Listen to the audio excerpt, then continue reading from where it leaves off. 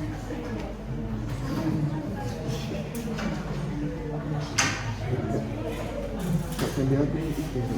bisa saya mulai ya? Ya. Assalamualaikum warahmatullahi wabarakatuh. Waalaikumsalam warahmatullahi wabarakatuh.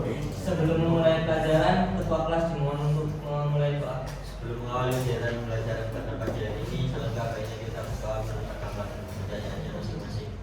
Doa semuanya.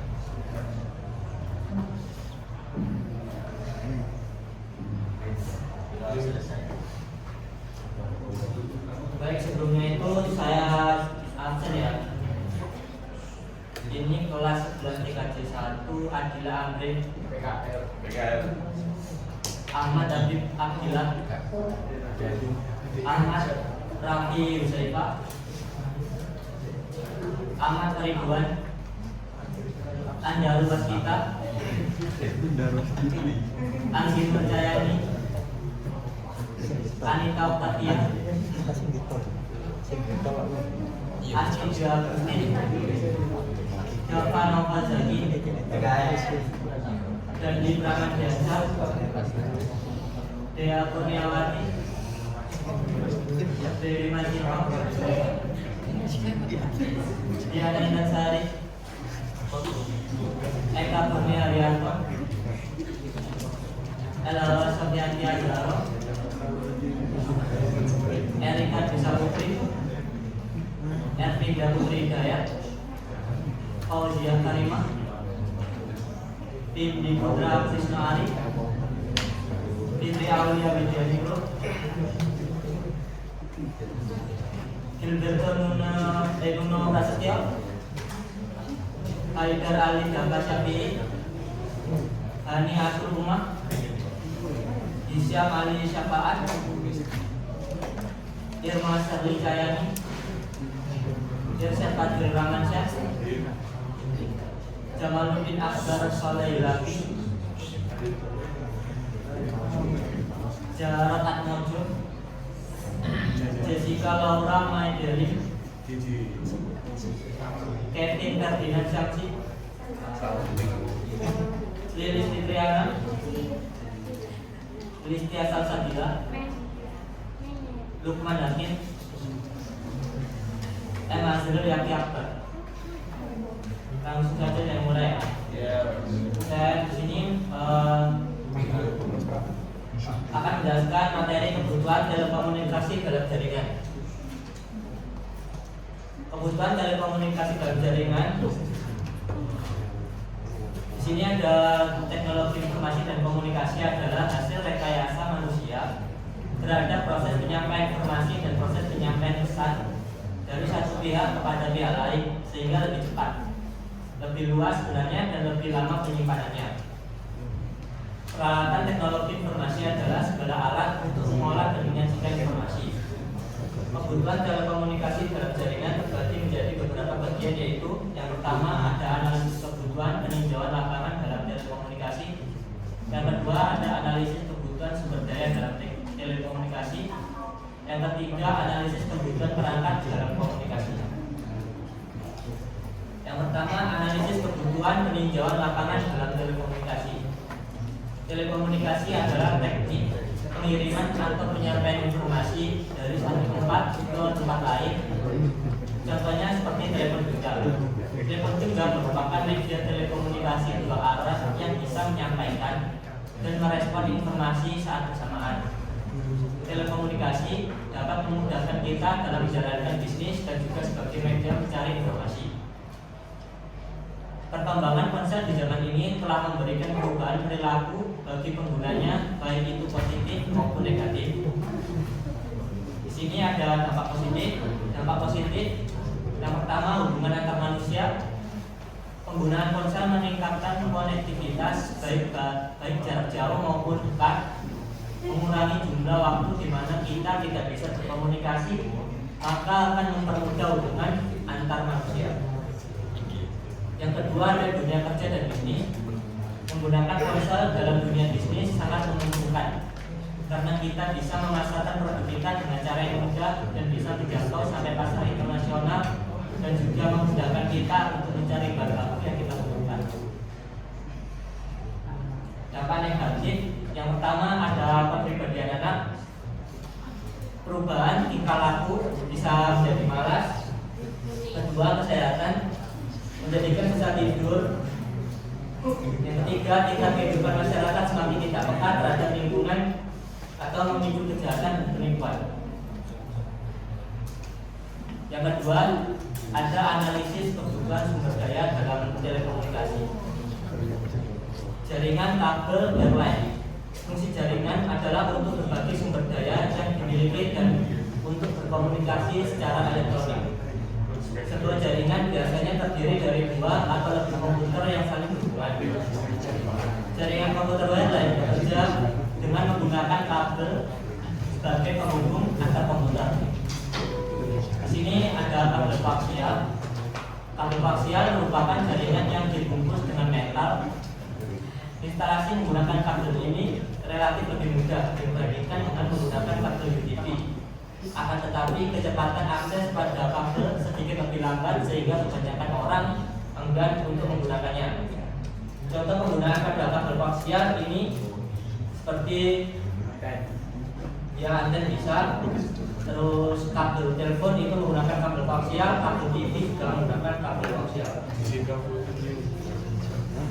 Sistem pair adalah kabel jaringan yang secara fisik sama dengan kabel UTP atau unsur pair, akan tetapi perbedaannya adalah konstruksi kabel STP mempunyai struktur tembaga atau aluminium foil yang khusus dirancang untuk mengurangi gangguan elektrik. Kabel STP mempunyai fungsi sama dengan kabel UTP, yaitu untuk menghubungkan komputer satu dengan komputer lain sehingga membentuk sebuah jaringan komputer. Udah ada yang tahu kan apa rangkaiannya kabel UTP itu warnanya apa? Tripping yang benar gimana kita tahu?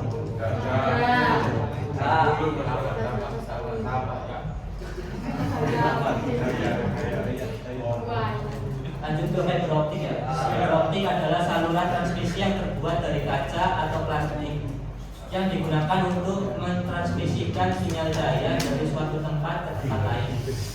Kecepatan transmisi fiber optik sangat tinggi sehingga bagus digunakan sebagai saluran komunikasi.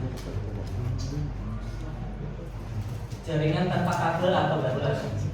Wireless adalah jaringan tanpa kabel atau disebut juga nirkabel yang memanfaatkan udara sebagai media transmisi untuk mengantarkan gelombang elektromagnetik. Wireless sudah ditemukan sejak para ilmuwan menemukan radio dan juga radar yang dioperasikan menggunakan wireless. Beberapa model peralatan yang menggunakan wireless diantaranya adalah GPRS untuk navigation, telepon selular, telepon cordless, alat komputer, remote control, satelit televisi, dan wireless LAN atau WLAN.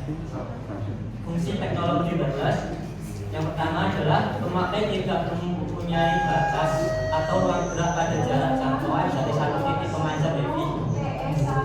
Sistem WiFi dapat dibuat dengan peralatan khusus, misalnya booster. Yang ketiga, wireless sebagai WiFi dapat digunakan dengan mudah dengan biaya pemasangan yang murah. 4. Area jangkauannya lebih fleksibel.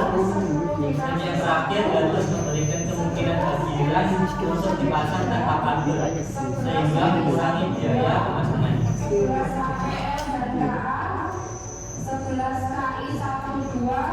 Yang ketiga, menganalisis kebutuhan perangkat dalam telekomunikasi. Di sini sudah ada jenis-jenis kabel yang sudah saya jelaskan tadi. Kemudian di sini ada jenis perangkat yaitu NIC, router, switch, PC, modem, dan antena. Panggilan router. Iya.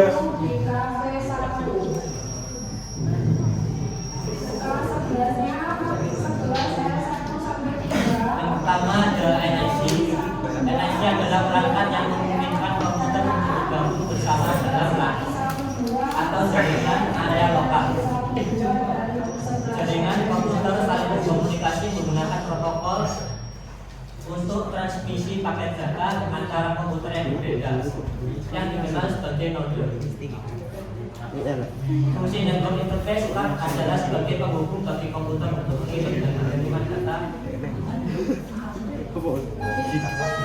Yang kedua adalah router yang digunakan untuk menghubungkan beberapa network, baik network yang sama maupun berbeda. Dari segi teknologinya serta seperti menghubungkan network yang menggunakan topologi bus, star, dan ring. Router minimal memiliki dua network interface. Yang ketiga adalah switch. Switch adalah perangkat yang identik dengan hub. Hal ini dikarenakan kedekatan dari fungsi kedua perangkat tersebut. Namun switch adalah perangkat yang lebih cerdas dibandingkan hub, serta performa yang lebih tinggi dibandingkan hub.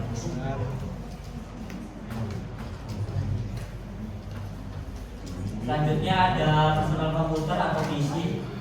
Adalah seperangkat komputer yang digunakan oleh satu orang saja atau pribadi. Biasanya komputer ini adanya di lingkungan rumah, kantor, toko, dan di mana saja karena harga PC yang sekarang sudah relatif terjangkau dan banyak macamnya. Fungsi utama dari PC adalah untuk mengolah data input dan memasukkan output berupa data atau informasi sesuai dengan keinginan user atau pengguna. Selanjutnya ada modem. Modem adalah sebuah alat yang digunakan untuk menghubungkan komputer dengan internet melalui telepon, line kabel atau layanan dari penyedia jasa telekomunikasi lainnya. Fungsi modem secara sederhana adalah mengubah sinyal analog menjadi digital dan mengubah sinyal digital menjadi analog. Dan yang terakhir ada antena pemancar. Antena pemancar adalah transformator atau struktur transmisi antara gelombang terbimbing dengan gelombang luar bebas atau sebaliknya.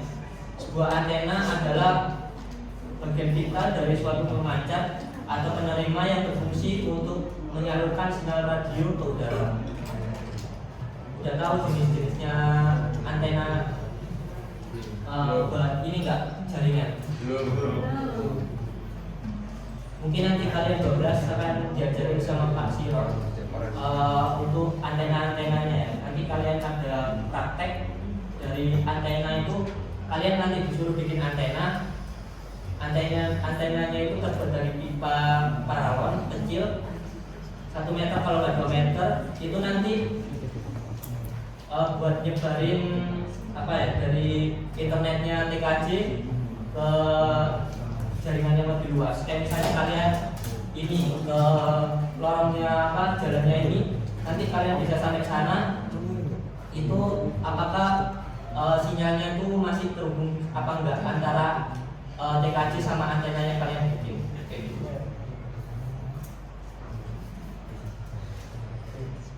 Nah, di sini ada soal studi kasus, yaitu sebuah jaringan biasanya terdiri atas 2 atau lebih komputer yang saling berhubungan.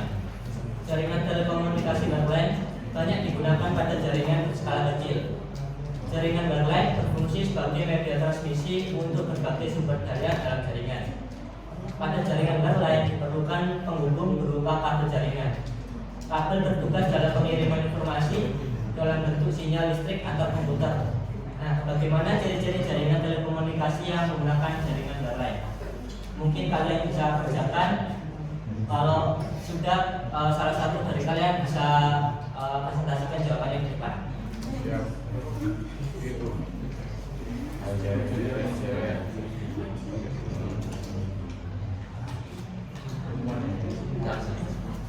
Terus.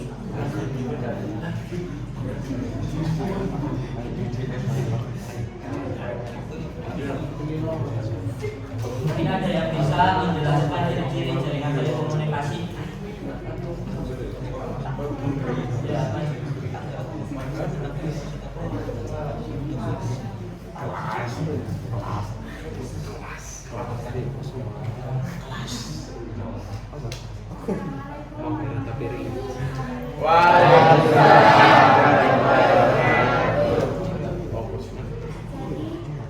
Ciri-ciri jaringan telekomunikasi yang menggunakan jaringan wireline yaitu seluruh perangkat dalam jaringan dihubungkan dengan kabel.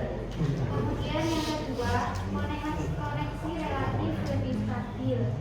Yang ketiga, relatif lebih sulit dilakukan bila bangunan memiliki ruangan tersisa atau menghubungkan dua bangunan yang tersisa. Terima kasih.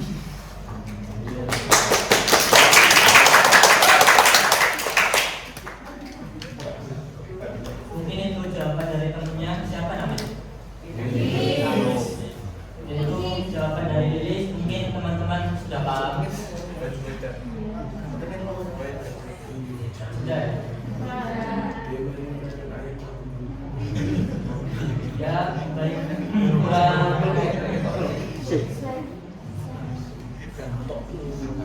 Mohon maaf sebelumnya. Mungkin itu saja yang dapat saya sampaikan. Bisa ketua kelas untuk mengakhiri materi ini dengan doa. Itu kelas yang lebih keluar. Yang mewakili saja. Man, wakil. Sebelum mengakhiri pelajaran pada pagi hari ini, marilah kita berdoa menurut agama dan kepercayaan masing-masing. Doa mulai.